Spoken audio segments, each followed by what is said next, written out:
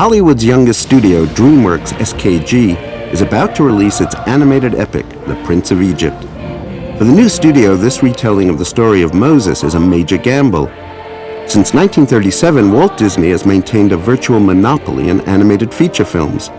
A canny mix of classic fairy tale stories with a titanic merchandising machine and lucrative ancillary markets like home video has made Disney the richest studio in the world. DreamWorks, in their bid to get into the animation business, has counterpunched by making the most un-Disney-like feature possible. In selecting an important Bible story, they're indicating an unwillingness to limit themselves to the usual kiddie cartoon format. By telling a tale that doesn't lend itself to action figures and fast food tie-ins, they're making a bold statement of their intent.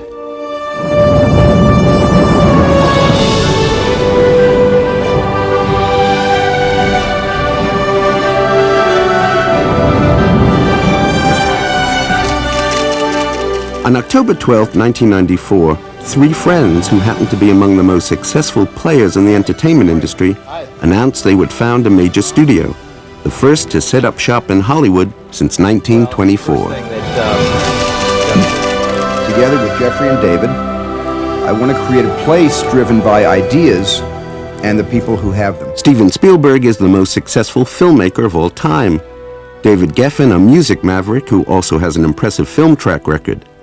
And Jeffrey Katzenberg, the executive who led Disney back to market dominance with a string of hits from The Little Mermaid to The Lion King.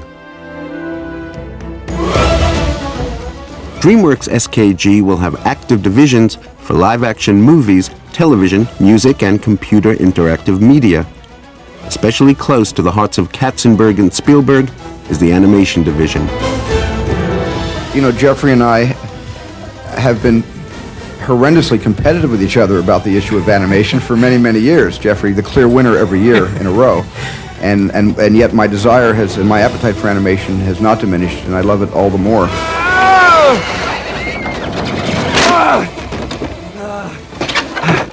Animation is pure creative expression. It is pure artistry, in that every single thing that you see in a frame is out of someone's imagination. And I just find that intriguing and challenging and exciting when you see the results. And results is what Katzenberg is used to. The movies he produced for Disney became the most profitable in history, netting the mouse a cool $4 billion.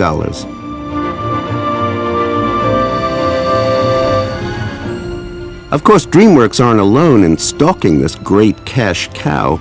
Everyone in Hollywood wants a piece of the animated action.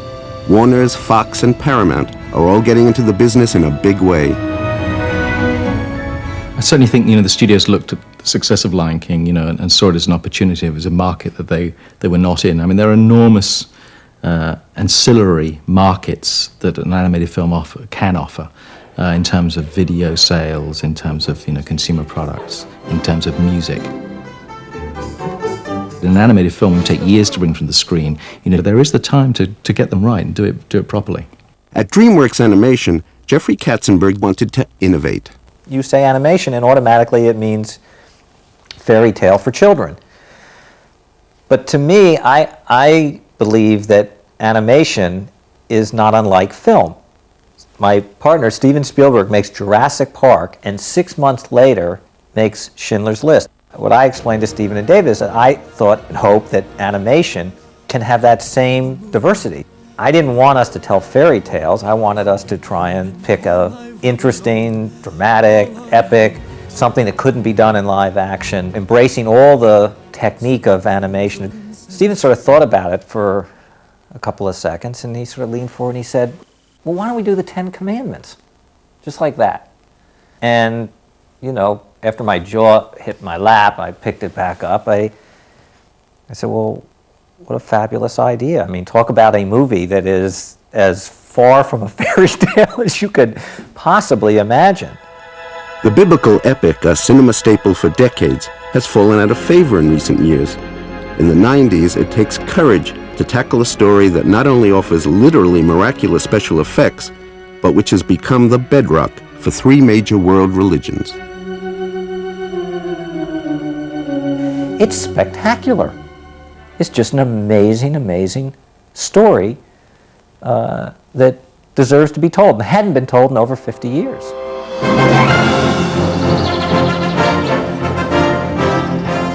After the press launch, Katzenberg doubled up with Spielberg in the offices of Amblin, Spielberg's production company, and began to assemble a team for his unit. First, he drew on those who had been his colleagues at Disney. Jeffrey started with his little buck slips that he carries around, his little white cards, and he has one that says Sandy on it, and much to my chagrin, and on it it's a whole list of things, and every time he'd pull it out it would say producer, animation. And he'd say, well, what about this? And I'd say, yeah, so what about this? And we went through that for about 3 months before we finally said, yes, you know, Penny and Sandy will do this for you. But Jeffrey's also got a kind of commitment where if he commits to something, he commits to find the ways to make it work. He's not afraid of the harder subjects. So his commitment meant that you couldn't just walk away from it and say, oh, that will never work. SK&G, on the strength of their collective credits, were easily able to raise sufficient capital to finance the studio. But even with money in place, there was something that Katzenberg needed: artists, 400 of them. Jeffrey and his team started making calls. So on the phone, I went, my first impression was like, are you crazy? I was in the car with Brenda Chapman, who's our director now, and we were driving off to lunch, whatever it was, and she said, well, what do you think about this, Jeffrey, opening up a new studio? And I said, well, you've gotten your phone call, haven't you? And she said, well, yeah, haven't you? I said, he called you? And she's like, yeah, he wanted me to, get together some of my friends that I'd worked with before, people who I enjoy working with, and my hand just about broke through her sunroof as I went, me, please, please, please, please. And it was just a matter of days, I think it was, before I got the call, the big CALL call. It's going to be kind of like Lawrence of Arabia meets Indiana Jones. I thought, okay. And the title of the film is going to be Prince of Egypt. Okay, this sounds really good. And then she said, and as an artist, you get a chance to redesign Egypt. All right, I'm in. Where do I sign? Although Katzenberg recruited some of his staff from the U.S., a major influx of talent came from Steven Spielberg's London-based Amblimation. When that company was folded into DreamWorks, 120 European animators flew out to Los Angeles. My first question was, does the guard die? Because one of the turning points in the story is the point at which Moses, having discovered the truth of his own identity, can no longer stand seeing the slavery and kills an Egyptian guard. And this kind of seals his fate of what he's going to do. And to me, that was a crucial question, because if the guard dies, we're doing this story seriously and really telling the dramatic story.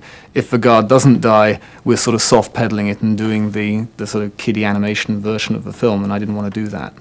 I think the biggest challenge for starting DreamWorks is the fact that anybody of any real talent in animation was gainfully employed somewhere else and had to, make a decision to take a risk. Switch this to Moses. I'd never considered leaving Disney for any place else, and I figured if anybody can do it, it would be Jeffrey.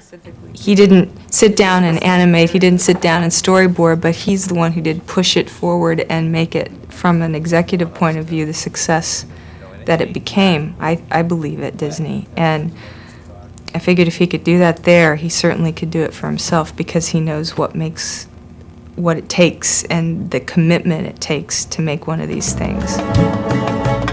The studio quickly outgrew the Amblin offices. In March 1995, as a short-term solution, they moved into Universal's facility at Lakeside Plaza. DreamWorks, how may I help you? There isn't a hair out of place, is there? Because all should Eager that Prince of Egypt should stand alone, Katzenberg encouraged his artists to study the best. First, he showed them David Lean's Lawrence of Arabia.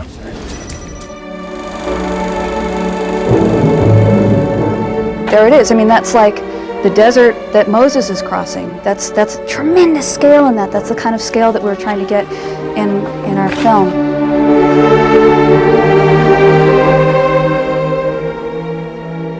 This is a book that Jeffrey brought from day one, and he would always pull it out and walk around and, hey guys, you know, look at these etchings, and he'd say, you know, they're really spectacular in the sense that the lighting and the staging. You have a great vast distance and a sense of drama through the whole piece, yet you know where to look.